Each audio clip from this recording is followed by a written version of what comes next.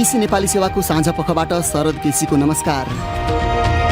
आज कार्यक्रममा स्थानीय चुनावमा उम्मेद्वार हुन जनप्रतिनिधिले तत्काल राजीनामा दिनु नपर्ने निर्वाचन आयोगको घोषणा।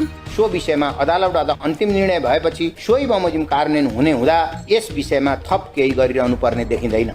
काठमाडौँमा राप्रपाको चुनावी सभा अध्यक्ष लिङदेन भन्छन्, यिनै पार्टी र यिनै नेतालाई भोट दिएर देश बन्छ भन्नु भनेको आफ्नो भावी सन्तति र देशको भविष्य समेत बर्बाद गर्ने काममा सहभागी हुनु हो। एमाले र माओवादी अध्यक्ष बीच दन्तबझान तीव्र। एकीकरणको भावनाले मेजोरिटी दिएको त महिला सिध्याउनका लागि मैले नै वरदान दिएँ, मेरै टाउमा राख्न हात ल्याउँछ। सिङ्गै एमाले प्रचण्डको हात जाने भयो भनेपछि एट्याक गर्नुको विकल्प छैन भनेर एट्याक सुरु गरे हो। र पूर्वी युक्रेन स्थित एउटा रेलवे स्टेसनमा क्षेप्यास्त्र हमला, कम्तीमा 40 जनाको मृत्यु। तर सबभन्दा पहिले आजका प्रमुख विश्व समाचार। विनिता दाहालबाट समाचार सुन्नुहोस्। पूर्वी युक्रेनको क्रमतोर्स्क रेलवे स्टेसनमा भएको क्षेप्यास्त्र हमलामा परि ज्यान गुमाउनेको संख्या कम्तीमा 40 रहेको अधिकारीहरूले बताएका छन्। तर डोनेट्स्कका गभर्नरले भने रुससँगको युद्धबाट भागेर अन्यत्र जान चाहने सर्वसाधारण भरिभराउ रहेको उक्त क्षेत्रमा मारिनेको पछिल्लो संख्या 50 पुगेको बताएका छन्। घाइते 98 जनाको अहिले अस्पतालमा उपचार भइरहेको छ। क्रमतोर्स्कका मेयरले आक्रमण हुँदाको समय 4000 मानिसहरू त्यहाँ रहेका र त्यसमा महिला, बालबालिका र वृद्ध रहेको बताएका छन्। बीबीसीका जो इनउड भन्छन्, घटनास्थलबाट आएका तस्बिरहरूमा थुप्रै शवहरू जमिनमा लडिरहेको देखिन्छ, रगत जताततै देखिन्छ र सडकमा गुडाउन बच्चालाई राखिने पुस चेयर पनि त्यहाँ स्पष्टसँग देख्न सकिन्छ। कोही जीवित बाँकी छन् कि भनेर प्रहरी अधिकारीहरू एक व्यक्तिदेखि अर्को व्यक्तिसम्म पुगिरहेका छन्। अन्यत्र जान खोज्ने सर्वसाधारणमाथि प्रत्यक्ष प्रहार भएको देखिन्छ। बीबीसीका जो इनउडको भनाई। युरोपेली संघका अधिकारीहरूले रेलवे स्टेसनमा भएको हमलालाई भयावह भनेका छन्। रुसले भने उक्त हमलामा आफ्नो संलग्नता नभएको जनाएको छ। रुसी फौज उत्तरी क्षेत्रबाट फिर्ता भएपछि युक्रेनी अधिकारीहरूले कति सर्वसाधारण मारिए भनेर गणना गरिरहेका छन्। किएभ नजिकै रहेको बोरोदियांकामा 26 जना मारिएको थाहा हुन आएको अधिकारीहरूले बताएका छन्। युक्रेनका राष्ट्रपति भोलोदिमिर जेलेन्स्कीले बुचा नगरमा भन्दा बोरोदियांकामा निकै धेरै संख्यामा मानिसहरू मारिएको बताएका छन्। त्यसभन्दा पनि उत्तरमा पर्ने चेर्निहिभ सहर नजिकै रुसले कब्जा जमाएको गाउँमा 100 भन्दा बढी मानिसलाई बन्दी बनाएको भन्ने प्रमाण बीबीसीले प्राप्त गरेको छ। झ्याल नभएको कोठामा 12 जनाको शव भेटिएको छ। युक्रेन युद्धका कारण खाद्यान्नको मूल्य 60 वर्ष यताकै उच्च बनेको संयुक्त राष्ट्रसङ्घले जनाएको छ। राष्ट्रसङ्घको खाद्य तथा कृषि संगठनले खाद्य मूल्य सूची फेब्रुअरी र मार्च महिनामा 12% भन्दा बढीले बढेको देखाएको छ। 6 साता अघि रुसले युक्रेनमाथि आक्रमण थाले यता छिमेकी देशको बाह्य व्यापारमा गतिरोध उत्पन्न भएको छ। रुस र युक्रेन दुवै गहुँ, मकै, कोदो र सूर्यमुखी तेल जस्ता खाद्य वस्तुको ठूलो निर्यातकर्ता देश हुन्। तपाईं बीबीसी नेपाली सेवाको साँझ पख सुनिरहनु भएको छ। चीनको आर्थिक केन्द्र साङ्घाई शहरमा एकै दिनमा कोरोना भाइरसका 21,000 नयाँ संक्रमित देखिएका छन्। तर राष्ट्रपति सी जिनपिङले देशको शून्य कोभिड रणनीतिको प्रशंसा गरेका छन्। बेइजिङ विन्टर ओलिम्पिक्सको एउटा कार्यक्रममा बोल्दै उनले केही खेलाडीहरूले कोभिडमा चीनले लिएको नीतिका लागि चीनले स्वर्ण पदक पाउनुपर्ने सुझाव आफूलाई दिएको उनले बताएका छन्। साङ्घाईमा 10,000 नयाँ क्वारेन्टिन शय्याहरूको व्यवस्था गरिएको छ। तर चीनभर नै कडा नियमहरू लागू हुँदै आएका छन्। बीबीसीका स्टेफन मकडोनल्ड भन्छन्, साङ्घाईको स्वास्थ्य आयोगले अहिलेको प्रकोपका बेला संक्रमित भएका करिब 1,30,000 मानिस मध्ये 1 जना मात्रै गम्भीर अवस्थामा रहेको जनाएको छ। बीबीसीका स्टेफन मकडोनल्डको भनाई। र श्रीलङ्काको मुख्य विपक्षी दलले सरकारले या त जारी आर्थिक सङ्कटको समाधानका लागि काम गर्नुपर्ने या अविश्वासको प्रस्तावको सामना गर्नुपर्ने बताएको छ। विपक्षी दलका नेता सजित प्रेमदासले राष्ट्रपति गोटबय राजपक्षे र मन्त्रीहरूले आक्रोशित जनताका कुरा सुन्नुपर्ने र राष्ट्रिय ऋणको पुनर्संरचना गर्न थाल्नुपर्ने बताएका हुन्। मुद्रा सञ्चित नहुँदा श्रीलङ्काले आयातित सामानको रकम तिर्न सकेको छैन र त्यसले इन्धन, बिजुली र खाद्यान्नको चरम अभाव भएको छ। यो BBC नेपाली सेवा हो।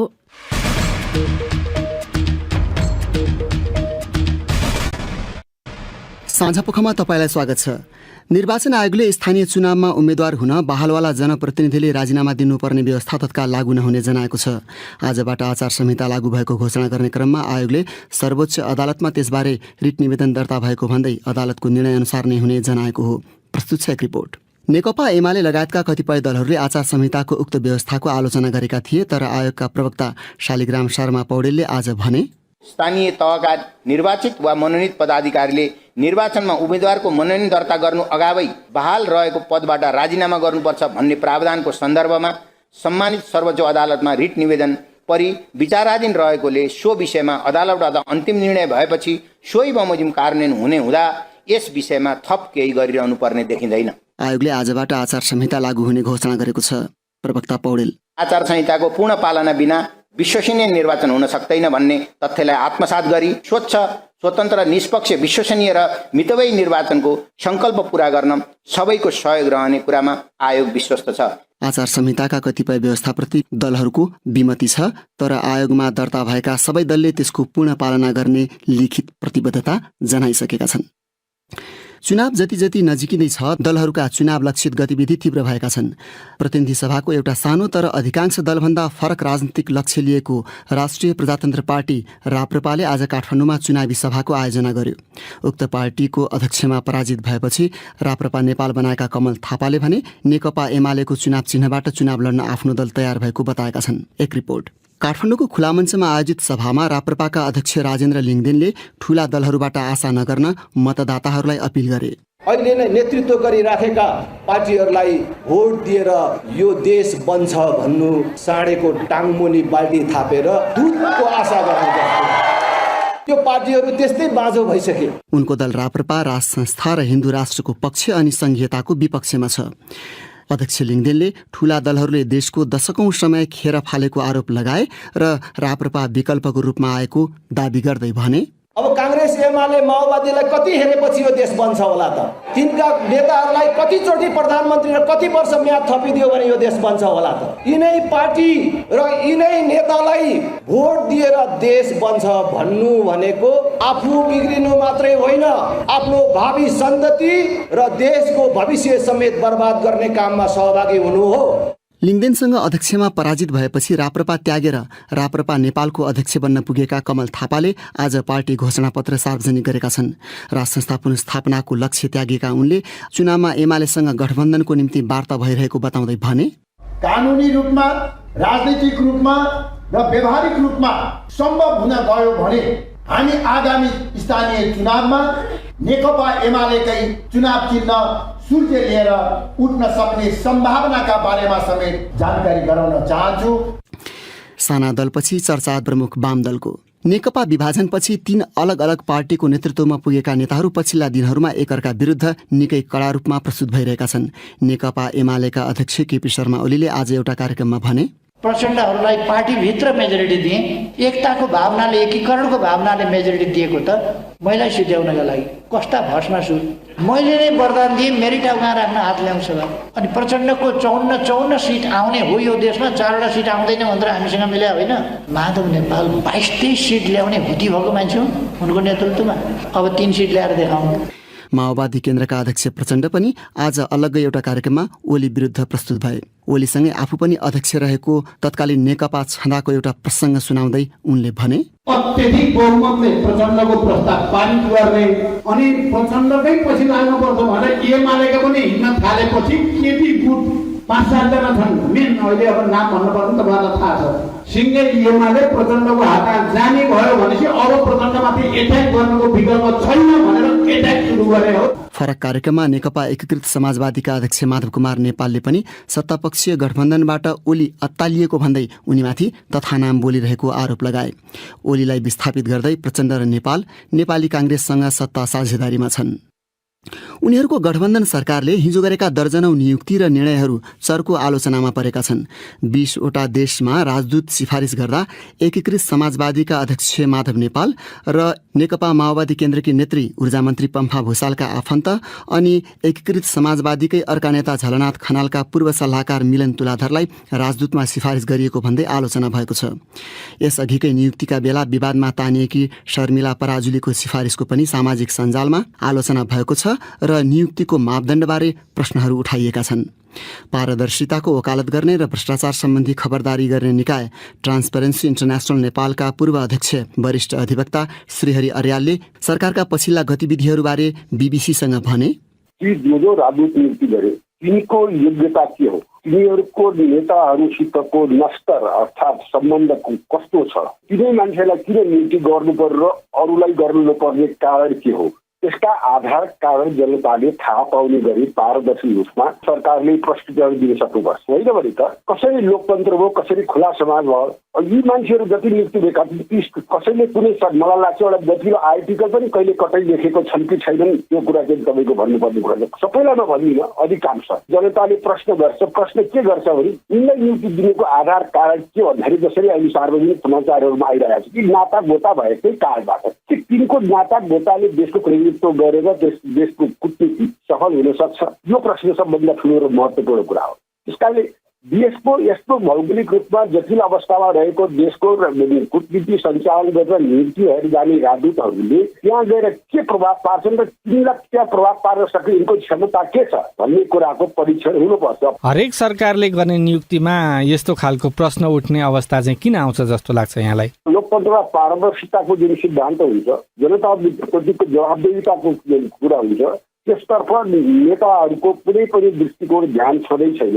निर्वाचनबाट चुनिएर गएका त हुन्छन्, तर चुनिएर गएको भन्नुभन्दा पनि जनतालाई जितेर गएका हुन्छन् उनीहरू सत्तामा। त्यसले गर्दा जनताप्रति उनीहरू जवाबदेही नै छैन। क्या जवाबदेही यदि हुन्थ्यो भने त त्यहाँ पारदर्शिता हुन्थ्यो। पारदर्शिता भने मतलब को राजलाई राजदूत नियुक्ति, राजदूतको मात्रै होइन, जुनसुकै राजनीतिक नियुक्तिमा पनि कसलाई किन नियुक्ति गर्नु परेको हो र त्यसको लागि के मापदण्ड निर्धारण गरेको थियो, त्यो मापदण्डको अनुसारमा नियुक्ति गरेको भनेर जनतालाई जवाब दिन सक्नु पर्थ्यो। अब भन्ने त भन्ला नि, त्यहाँ चाहिँ संसदीय समिति छँदैछ, त्यहाँ चाहिँ सवाल जवाब भइहाल्छ। अब संसदीय समिति पनि कस्तो छ भने जुन अहिले 5वटा दलका चाहिँ संगठनबाट यो चाहिँ नियुक्ति भएका छन्, तिनकै चाहिँ पार्टीका सांसदहरू चाहिँ भनिसकेपछि त पार्टीका ती चाहिँ सांसदहरूले पार्टीका नेताहरूले गरेको चाहिँ सिफारिसलाई त्यसलाई त उनीहरूले पास नगर्ने कुरा भएर त्यसकारण यी राजदूतहरू या अरू राजनीतिक नियुक्ति भएका अथवा हुने व्यक्तिहरू तिनको योग्यताका बारेमा अब ठिक ठाउँमा आधिकारिक रूपले प्रश्न उठाउने त कुनै ठाउँ नै भएन, गुन्जाइस नै भएन। दलका नेताहरूले दिएको नामलाई ठाडो सिफारिसमा राखेर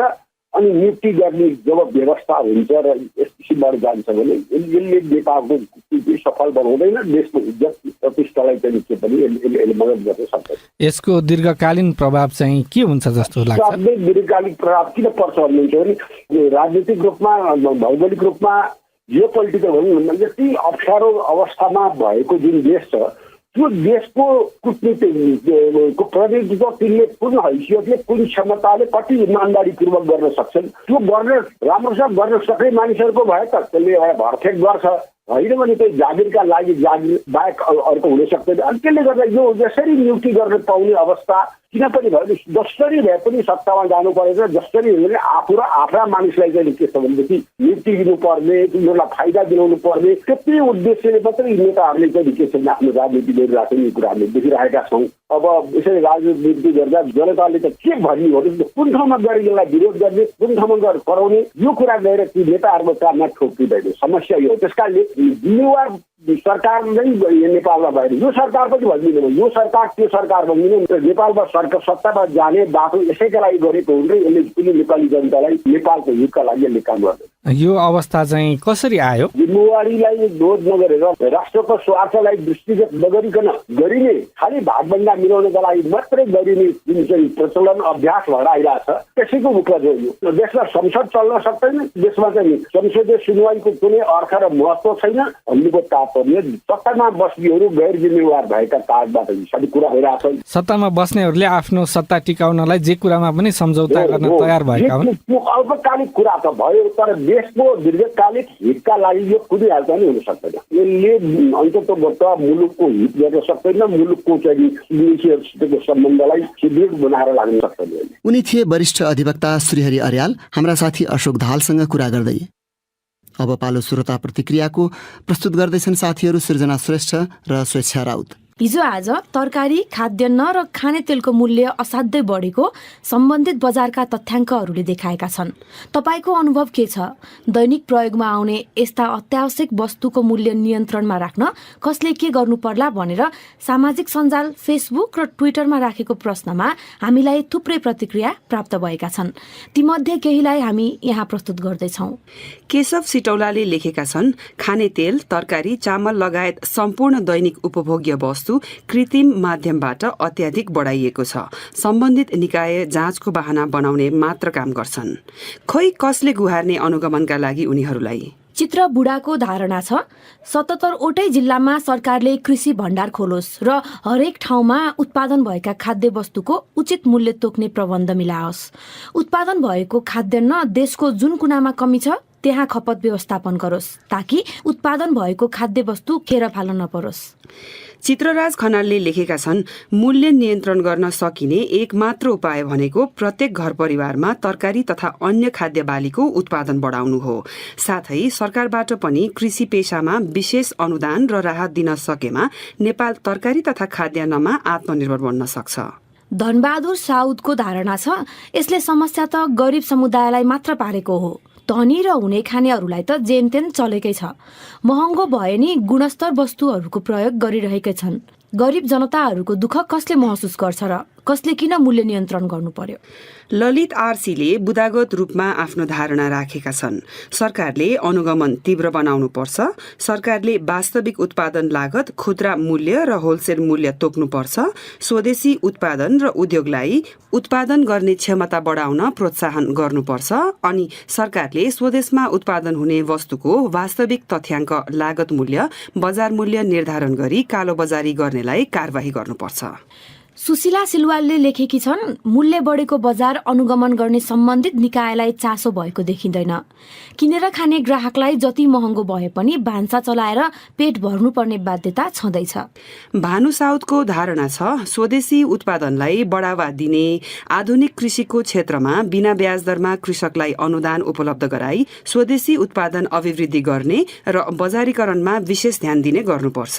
सुनिता बरालले लेखेकी छन्, हामी जनता रुस र युक्रेनको लडाईँले महँगी बढ्यो, सामान्य होला भन्दै ज्ञानी भएर बसेका छौं। जनता अब चुप बस्नुहुन्न। स्वागत लामिछानेको धारणा छ, जतिसुकै मूल्य वृद्धि भए पनि हामीले यसको विकल्पमा ध्यान दिन सकेका छैनौं। फलफूल, तरकारी, खाद्यान्न मानिसलाई चाहिने अत्यावश्यक वस्तु हो। त्यसैले आफूलाई पुग्ने जतिको उत्पादन आफै गर्न सके मूल्य वृद्धिमा स्वतः ह्रास आउँछ। प्रतिमा पाण्डेको अनुभव छ, पहिला खाने तेल 1 लिटर पनि 150 रुपियाँमा पाइन्थ्यो, तर अहिले त्यही तेल 300 रुपियाँ पर्छ। यसरी मूल्य बढिरहँदा गरिब निमुखाले के खाने? प्रतिभा श्रेष्ठको संक्षिप्त धारणा छ। उनले लेखेकी छन्, महँगी कसले नियन्त्रण गर्ने? सरकारको ध्यान चुनावमा छ। अब केही अन्तर्राष्ट्रिय विषय। पूर्वी युक्रेन स्थित एउटा रेलवे स्टेशनमा भएको क्षेप्यास्त्र हमलामा परि कम्तीमा 40 जनाको ज्यान गएको त्यहाँका मेयरले बताएका छन्। युक्रेनका प्रधानमन्त्री डेनिस स्मियलले रुसले आफ्नो देश आतंकवादी हैसियतमा रहेको भन्ने प्रमाणित गरेको बताए। अमेरिका, ब्रिटेन र युरोपेली संघसहित अन्तर्राष्ट्रिय क्षेत्रबाट उक्त घटनाको निन्दा भइरहँदा क्रेमलिनले भने उक्त घटनामा आफ्नो जिम्मेवारी नरहेको जनाएको छ। बीबीसीका विवरणहरूमा आधारित त्यस सम्बन्धी रिपोर्ट विनिता दाहालबाट। क्रमतोर्स्कका मेयर ओलेक्सान्ड्र होन्चरेन्कोले देश छोडेर अन्यत्र जान चाहने करिब 4000 युक्रेनी उक्त रेलवे स्टेशनमा रहेको बताएका छन्। उनका अनुसार त्यहाँ अधिकांश महिला, बालबालिका तथा वृद्ध रहेका छन्। ती मध्ये थुप्रै मानिसहरू क्षेप्यास्त्र हमलामा घाइते पनि भएको बताइएको छ। क्रमतोर्स्क रेलवे स्टेशनमा रहेका बीबीसीका जो इनवुडले सुरक्षित हुन गरिएको यात्रा वियोगमा अन्त्य भएको संकेत देखिएको बताएका छन्। रुसले भने उक्त हमलामा आफूहरूको संलग्नता अस्वीकार गरेको छ। क्रेमलिनका प्रवक्ताले उक्त क्षेत्रमा आक्रमणको कुनै अनुसूची नै नरहेको बताएका छन्। युक्रेनको उत्तरी क्षेत्रबाट सेना फिर्ता गरेको रुसले पूर्वी युक्रेनको डोनबास क्षेत्रमा आफ्ना सैन्य कारबाही बढाइरहेको छ। उक्त क्षेत्रका शहरहरूमा रुसले भारी हमलाहरू रातभर गर्दै आएको छ। ती क्षेत्रका बासिन्दाहरू भने रुसी आक्रमणबाट जोगिनका लागि भुइँतला मुनिका ठाउँमा आश्रय लिएर बसिरहेका छन्। यसैबीच युक्रेनका राष्ट्रपति भोलोदिमिर जेलेन्स्कीसँग वार्ताका लागि युरोपेली आयोगकी प्रमुख उर्जुला फोन डेर लायन किएभ गएकी छन्।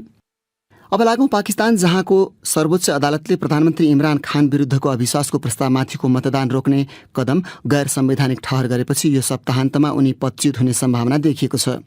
गत आइतबार प्रधानमन्त्री खानको सत्ताधारी पार्टीले संसदमा उनी विरुद्ध पारित हुने ठानिएको अविश्वास प्रस्तावमाथिको मतदान रोकिदिएको थियो। त्यसपछि उनको सरकारले संसद विघटन गरी तत्काल चुनावको तयारी अघि बढाउने घोषणा गरेको थियो। बीबीसीका विवरणहरूमा आधारित त्यस सम्बन्धी रिपोर्ट स्वेच्छा राउतबाट।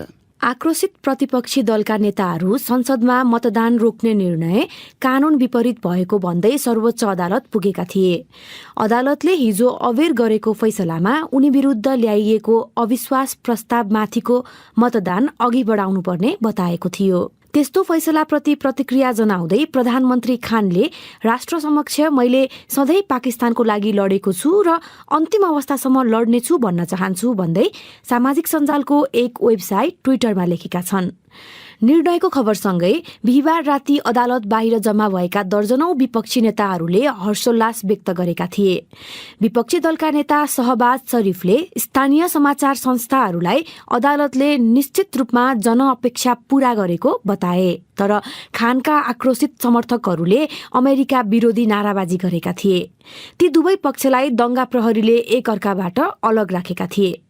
अब सर्वोच्च अदालतले प्रधानमन्त्री इमरान खान विरुद्धको अविश्वासको प्रस्तावमा मतदान अघि बढाउन शनिबार संसदको बैठक बस्न आदेश जारी गरेको छ, जुन मतदान खान विरुद्ध हुने अनुमान गरिएको छ।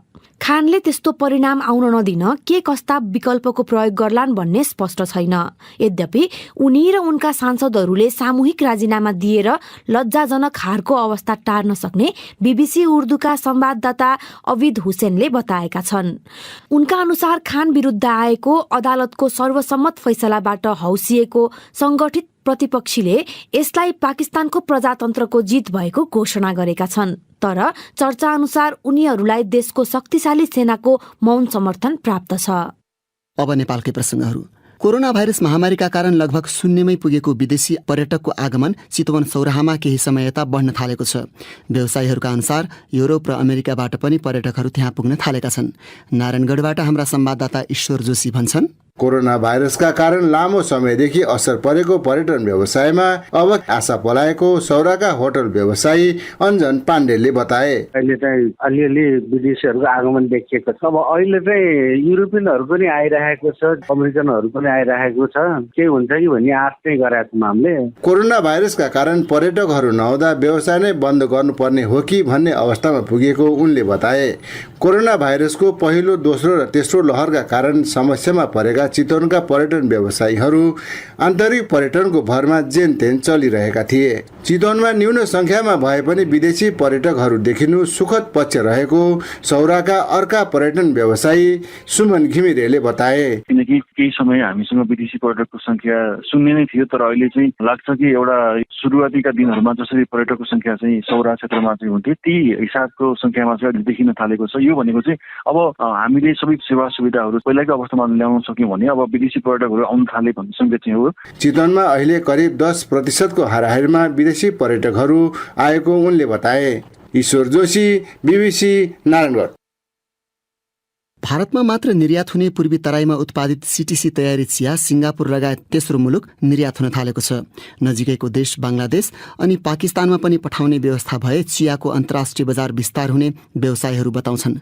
झापाबाट हाम्रा संवाददाता उमाकान्त खनालले पठाएको एक रिपोर्ट। विशेष गरी पूर्वी तराईमा केही समयदेखि ग्रिन टी समेत उत्पादन हुन थाले पनि अधिकांश दानादार सीटीसी चिया उत्पादन हुने गरेको छ। सीटीसी चिया वार्षिक करिब 1,50,00,000 केजी तयार हुन्छ। त्यसको अधिकांश मात्रा झापामा तयार हुने गरेको छ। सीटीसी चियाको आन्तरिक खपत बाहेकको अधिकांश परिमाण सस्तो मूल्यमा भारत निर्यात गर्दा अनेकौं झन्झट बेहोरिरहेका चिया निर्यातकर्ताले केही समयदेखि तेस्रो देश निर्यातको पहल गरेका छन्। एकजना निर्यातकर्ता सुरेश मित्तलले केही मात्रा सिंगापुर र अस्ट्रेलिया सीटीसी चिया पठाए। सिंगापुर चाहिँ 3 कन्टेनर गएको थियो र अस्ट्रेलिया पनि 3000 किलोको एउटा कन्साइनमेन्ट गयो। अब अर्को कन्साइनमेन्ट अर्को महिनामा जान्छ। अर्का निर्यातकर्ता आदित्य पराजुलीले पनि जापान र पाकिस्तान पठाएको अनुभव सुनाए। जापान अलिकति सानो क्वान्टिटीमा गयो, पाकिस्तान अलिअलि नेपालबाट गएको छ। उनी भन्छन् नजिकका तेस्रा देशहरू बंगलादेश र पाकिस्तान पठाउने व्यवस्था भइदिए चिया निर्यातका लागि अन्य वैकल्पिक मुलुक खोज्नै पर्दैन। नेपालको जति चिया सरप्लस छ त्यो बंगलादेश गयो भने त्यो बंगलादेशले त्यति चियाले पनि पुग्दैन कि बंगलादेश हाम्रो चिया किन्न तयार छ। तेस्रो मुलुक हामी अन्य ठाउँ जानै पर्दैन कि बंगलादेश र पाकिस्तान हो। नेपालमा चियाको उत्पादन तथा बजारीकरणका लागि सहजीकरणको जिम्मा पाएको राष्ट्रिय चिया तथा कफी विकास बोर्डका अधिकारीहरूले पनि पाकिस्तान र बंगलादेश नेपाली चियाको उत्तम बजार भएको निष्कर्षमा पुगेको बताएका छन्। बोर्डका कार्यकारी निर्देशक विष्णु प्रसाद भट्टराई बंगलादेश लिगल रूपले कसरी खोल्न सकिन्छ र सहज रूपले चाहिँ कसरी हाम्रो सिटीसी चिया पठाउन सकिन्छ भनेर लागिरहेको अवस्था छ अहिले। नेपालको चिया बंगलादेश तथा पाकिस्तान निर्यात गर्न सकिने कुरा सुन्दा सजिलो लागे पनि त्यसको प्रक्रिया सहज छैन, जसका लागि सरकारी तहमा सम्झौता हुन जरुरी हुन्छ। उमाकान्त खनाल, बीबीसी, झापा। सरकारले राष्ट्र ब्याङ्कका गभर्नर महाप्रसाद अधिकारीलाई निलम्बन गरेको एकजना मन्त्रीले बीबीसीलाई एकैछिनअघि बताए, तर औपचारिक रूपमा त्यसको पुष्टि गर्न उनले अस्वीकार गरे। अर्थमन्त्री एउटा गम्भीर विवादमा तानिएको र अर्थतन्त्रको स्वास्थ्य दर्शाउने केही सूचकहरू यो आर्थिक वर्षको सुरुदेखि नै निरन्तर खस्किरहेको विवरणका बीच सरकारले उक्त कदम उठाएको छ। आर्थिक सङ्कटको सबभन्दा चिन्ताजनक अवस्था विदेशी मुद्रा सञ्चितको प्रवृत्तिमा देखिएको विज्ञहरू बताउँछन्। त्यसको एउटा मुख्य स्रोत विप्रेषण अर्थात् रेमिट्यान्स मानिन्छ। त्यसबारे राष्ट्र ब्याङ्कका प्रवक्ता गुणाकर भट्ट भन्छन्, पछिल्ला वर्षहरूको तथ्याङ्क हेर्ने हो भने कुल गृहस्थ उत्पादनको 22% जति देखिन्छ। त्यो भनेको गत वर्ष 960 अर्ब जति आएको देखिन्छ। त्योभन्दा अघिल्लो वर्ष अलिक कम थियो। गत आर्थिक वर्ष कोभिड संक्रमण पछिको अवस्था अथवा कोभिड संक्रमणकै अवस्थामा पनि राम्रो रेमिट्यान्स आएको देखिन्छ। र सामान्य वर्षहरूमा पछिल्ला केही वर्षको तथ्याङ्क हेर्दा कुल गृहस्थ उत्पादनको 22% हाराहारीमा रेमिट्यान्स आएको देखिन्छ। त्यो भनेको 8.5 खर्बदेखि 9.5 खर्बसम्म आइरहेको छ। भनेपछि अहिले जुन रेमिट्यान्समा अलिकति प्रभाव देखिएको छ त्यसकारण पनि विदेशी मुद्रा सञ्चितमा एउटा ठूलो धक्का परेको कारण चाहिँ त्यो पनि हो भनेर बुझ्न सकियो। अब यो आर्थिक वर्षको जुन 7 महिनाको तथ्याङ्क सार्वजनिक भएको छ त्यसलाई आधार मान्दाखेरि रेमिट्यान्स करिबन 5%ले घटेको देखिन्छ। तर त्यो त्यति धेरै किन घटेको होइन भन्न सकिन्छ भन्नुहुन्छ भने गत वर्ष रेमिट्यान्स अलिक बढ्नुको पछाडि 2-3 कारणहरू छन्। त्यति बेला कोभिड संक्रमणको बेलामा आवागमन बन्द भएका कारणहरू पनि वैदेशिक रोजगारीमा गएका मान्छेहरूले घर परिवारलाई पठाउने जिन्सी रेमिट्यान्स पनि पठाउन पाएका थिएनन्। त्यो हिस्सा समेत नगद रेमिट्यान्समा आयो भन्ने एउटा आकलन छ। त्यो हिसाबबाट गत वर्ष चाहिँ के रेमिट्यान्स बढी देखियो। तर योभन्दा अघिल्लो आर्थिक वर्षको 7 महिनाको तथ्याङ्क हेर्ने हो भने त्यति बेला 518 अर्ब रेमिट्यान्स आएको थियो भने यो आर्थिक वर्षको 7 महिनासम्म 540 अर्ब रेमिट्यान्स आएको देखिन्छ। त्यसरी हेर्दा सामान्य वर्षको भन्दा अहिले पनि रेमिट्यान्स कम चाहिँ नआएको अवस्था हो। भनेपछि अहिले कुन क्षेत्रबाट चाहिँ आउने, कुन स्रोतबाट चाहिँ अहिले त्यसो भए पैसा आउन कम भएको हो? त्यो पर्यटन हो। पर्यटन स्वाभाविक रूपमा प्रभावित छ। पर्यटनबाट आउनुपर्ने आय सामान्य वर्षको जस्तो अहिले हुन सक्ने अवस्था पनि छैन, किन भन्दा जब पर्यटकको आगमन सामान्य हुन्छ त्यो बेलामा पर्यटन आय पनि बढ्छ। अर्को अहिले विदेशी विनिमय संस्कृतिको अर्को आधार भनेको हाम्रो वैदेशिक रोजगारीहरूमा विशेष गरिकन कतिपय अन्तर्राष्ट्रिय एजेन्सीमा काम गर्ने मान्छेहरूको पेन्सन अनि ब्रिटिस गोर्खा इन्डियन आर्मीमा काम गर्ने मान्छेहरूको पेन्सन पनि हो। त्यो रकममा त्यति धेरै परिवर्तन भएको देखिँदैन। अब अर्को आधार भनेको स्वाभाविक रूपमा एक्सपोर्ट हो, निर्यात हो। निर्यातको आधार चाहिँ हाम्रो त्यति दरो छैन। निर्यात स्वाभाविक रूपमा निकै कम छ हाम्रो आयातको तुलनामा। यो आर्थिक वर्षकै अहिले 8 महिनाको तथ्याङ्क हेर्ने हो भने 13 खर्ब 9 अर्बको आयात भएको छ भने 147 अर्बको मात्रै निर्यात भएको छ। अर्को भनेको प्रत्यक्ष वैदेशिक लगानी त्यति नराम्रो यो आर्थिक वर्षमा छैन। यो आर्थिक वर्षको 7 महिनाको तथ्याङ्कलाई हेर्दाखेरि 16 अर्ब 50 करोड जति प्रत्यक्ष वैदेशिक लगानी आएको छ। त्यो अघिल्ला वर्षहरूको तुलनामा राम्रै हो, तर धेरै ठुलो रकम नभएको कारणले गर्दाखेरि त्यो अनुदान ऋणको उपयोगमा चाहिँ हामी अलिकति प्रभावकारी हुन सकेका छैनौँ। तर ती कतिपय कुराहरू पूर्वाधारका आयोजना आयोजनासित विकास निर्माणका आयोजनाहरूसित पनि जोडिएका हुन्छन्। तिनीहरूको कार्यान्वयन सँगसँगै त्यस प्रकारका वैदेशिक ऋण सहयोग र अनुदानहरू बढ्ने हुन्छन्। त्यसैले अहिले आउने स्रोतको दबाव भन्दा पनि हाम्रो जाने पक्षमा बढी दबाव देखिएको हो। आयात चाहिँ बढी भएका कारणले गर्दाखेरि विदेशी विनिमय सञ्चितमा दबाव देखिएको हो। राष्ट्र बैंकका प्रवक्ता गुणाकर भट्ट सञ्जीव गिरीसँग कुरा गर्दै। यसका साथै बीबीसी नेपाली सेवाको साँझ पख यही सकिन्छ। अब भने हामी सोमबार बिहान 7:15 बजे मात्र आउनेछौँ। त्यसबेलासम्मका लागि हामी सबैलाई बिदा दिनुहोस्। नमस्कार।